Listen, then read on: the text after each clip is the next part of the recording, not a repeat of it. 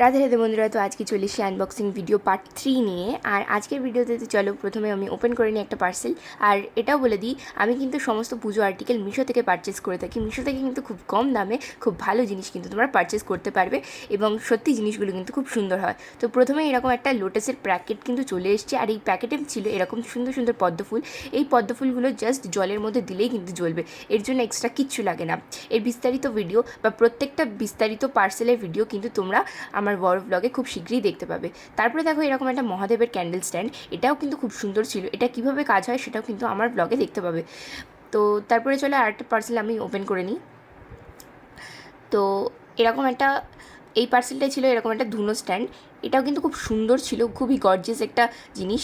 তো এটা যখন তোমরা ধুনো দেবে এটার ভিতরে, তখন হ্যান্ডেলটা দিয়ে ঘোরাতে কিন্তু তোমাদের গরম লাগবে না, কারণ এটা কিন্তু কাঠের তৈরি। আর এটা কিন্তু খুব সুন্দর ছিল। নেক্সট দেখো, এটা হচ্ছে আমার আজকে লাস্ট পার্সেল। এতে আছে একটা সুন্দর ক্যান্ডেল স্ট্যান্ড। তোমাদের কেমন লেগেছে, কোন জিনিসটা সবথেকে বেশি ভালো লেগেছে সেটা কিন্তু অবশ্যই কমেন্টে জানিও। টাটা।